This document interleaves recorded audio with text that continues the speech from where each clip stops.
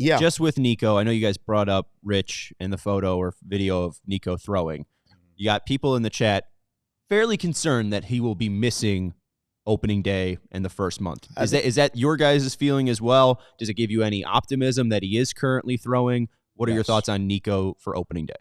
Right. When I see Rich tweeting out a video of him playing catch and him taking pictures of him taking ground balls and stuff in Arizona right now, like he's been there since mid to late January. Yeah, he's been I there think for it's a a bit. good sign. Me too. For sure, because when you saw his Instagram post with that thing on his arm, you were concerned. I was like, well, that looks robotic. Right. Now, we haven't seen him taking swings. Right.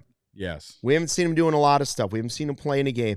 I don't know. I think until I hear from them at the start of spring training where he's at, I don't know. Yeah. When they said surgery, I think a lot of people assumed, well, he's going to miss the first couple weeks, if not month of the season. Yeah. I don't think that's the end of the world, by the way. No. Like, I think that's something they can weather early in the season, but I am sort of optimistic seeing him out there doing stuff. It's not like he's in a cast right now. Mm-hmm. Right? Right. So I think it's one of those, like, we have to wait and see. Real quick, too, Brian Wolf saying opening day in Japan or opening day in April. I'm a Sox fan, so I forgot you guys are opening in Japan. Yeah. I meant more March 27th, Right, yeah, March yeah. 28th, I'll play it as like opening day in Arizona, where they start this year. Right. Yeah. And obviously, if he's not playing spring training games and stuff like that, then that's a clear sign that maybe he's not going to be ready for opening day. So, again, it comes down to, like you said, what they say next week when players report and Craig Counsell talks and stuff like that. But we'll see. People saying, yeah, he's already hitting too. Great. That's good. I'm just saying, I haven't seen this stuff, and I hope everything's great. And they said it all makes me feel like he might actually be ready for opening day. It's just not that big of a deal if he's not ready for the first 2 weeks of the season. No one is saying he's hitting. Michael said if Nico is throwing, now he's been hitting for a bit. So okay. there's a big if. We read that one wrong. Sorry. Again, I don't have my readers on today. And it's throwing my whole day off. Anyways, Nico does play second base because he shifted over when Dansby came, as we all know. Yep. So we are ranking the second baseman in the National League. Where does Nico Hoerner stack up? And again, it's hard because second base isn't necessarily a spot where everybody just has an everyday guy. Like Nico, if he's healthy, is their everyday guy, right? And if Shaw's not playing third, he would have to be a guy that just gives him a breather every once in a while, which Nico's not going to like. But where would we rank Nico among second basemen in the National League right now? It's like we talked about when we were looking at MLB Network's rankings for second baseman. The only thing that holds Nico down on a list is the power. Mm-hmm. He gives you everything you want in a second baseman other than power. He can steal bases. He can play Gold Glove second base. Right? Yep. He does everything you want as a player. He says all the right things. He's a great teammate. Yep. Everybody in the franchise loves him. The only thing that he gets a little knock on his mark for is power. But I don't know if the Cubs ever expected that power. Right. Well, I don't know.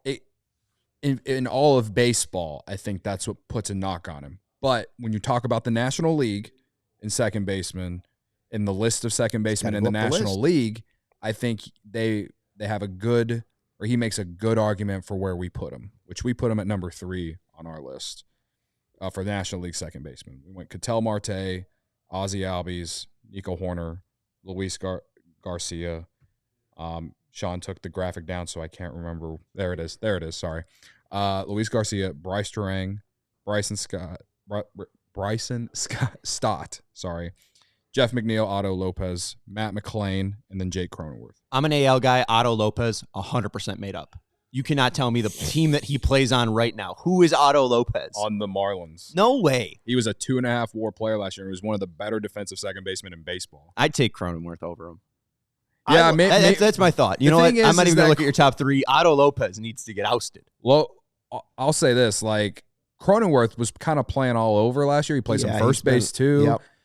Sure, I think based off, you can make the argument he deserves to be higher. I just it's not like he's playing for or second base all the time, and that's where Lopez played most of last year. So, I think the top two of Marte and Albies is they've consistently been the top two second basemen in baseball for the last 5 years, right?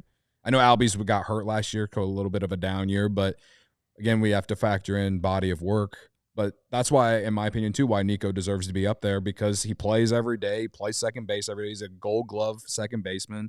He's been one of the top, even for someone who doesn't have power, he's one of the few guys at second base that have a WRC plus above 100 in the National League. So, yeah, that's kind of why I was fine that we went with those three as the top three for National League at least. Michael Thiel, I agree with you. He says in the live YouTube chat, which is the best way to enjoy the CHGO experience, says Nico tried to hit a home run last year like everyone wanted, didn't work, went back to his old ways, rebounded in the second half, let him be who he is. Mm-hmm. I don't know if I agree with every part of that, but I remember sitting here with Ryan saying, I can't pinpoint what it is. Something looks different about Nico's swing or approach. I can't place it, but it feels like he's trying to hit for power, and I would agree. Just let him do what he does. He's a valuable player. What is it, 4-WAR player? He was a 3.9 Fangraphs. 3.9, and he had sort of a roller coaster season. He is who he is. Nico is, as Alex said yesterday, Nico is a second baseman on a championship team. The key is the championship team has to have some power at other positions. They are trying to correct that. That could mean Bregman at third. That could mean Tucker and right, and say as a DH. That could mean Happ being more consistent. It could be PCA adding to his total. A lot of those things, right? It's not guaranteed, and I'm not saying the Cubs are a championship contender, although Pacoda does say 91 wins. I don't know if you heard. I did hear. Did you hear that? You always talk about power with Nico, and I just want him to hit the ball hard. Well, I do think he hits the ball hard. He's definitely, I asked going into last year, I asked for more doubles, more extra base hits. Slugs still finished below 400. But, 373? Yeah. But then you look at if you just look at National League second baseman, 10 guys in baseball in the National League had double-digit homers, right? And one of those isn't even in the National League anymore. Jonathan India, now on the Royals, I believe. And, I think some of the other names too, they didn't exclusively play second base. There's no way he's not at least third on this list. Marte is a really nice player. Ozzie Albies is a really nice player. I can't put anybody below him higher on that list than Nico Hoerner. Yeah.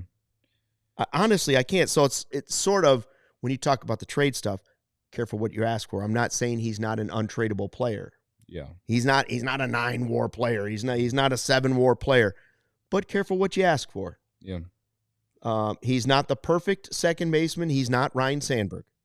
He had, in terms of WAR, he was the second highest WAR for second baseman last year. Now, and I don't remember thinking last year wow, Nico's really putting up a season. Right. You didn't feel that way. Now, Ozzie Albies, again, only played 99 games because of the injury. Right. So if he plays a normal season like he does, maybe Nico doesn't finish second. He's ahead of Nico. Right.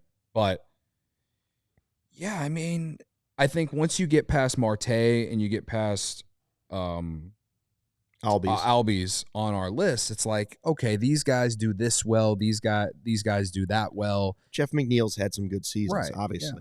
Yeah. And I just think Nico Hoerner just does all the things that you want outside of hitting more homers, which is fine. And I think the Cubs have a little bit more balance this year with power because Kyle Tucker is better than Cody Bellinger, okay?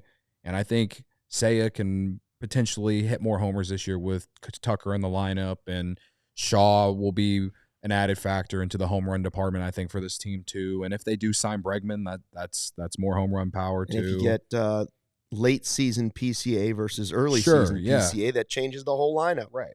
I think that there's potential for more homers on this team. And if you have more of a balance, that's good. That's how they won in 2016. That's how they won the World Series. They had Rizzo and Bryant, and and Schwarber. Not until the playoffs, but those guys in the middle who could slug. Addison Russell hit 25 bombs that year.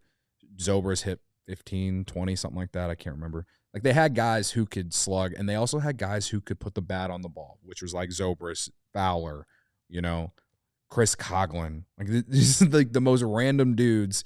Well, not random, but you know what I mean. They had good balance of guys who could just put the ball in play and do what they were good at, and then they had guys who could slug. And then we saw as time went on, like, the team that had only slug, it was just like all they did was strike out. Right. If they didn't hit a homer, right? So I think there is value in everything that Nico brings to this team, and I think a lot of people are just I think they're disappointed by his season last year, and that's why they're more willing to move him right now, from a fan perspective on how I've kind of watched the discourse all offseason. And listen, I think me and you both kind of sat here and did some criticizing, but I think we still, at the end of the day, would rather have him than not. We all silly like the mayor.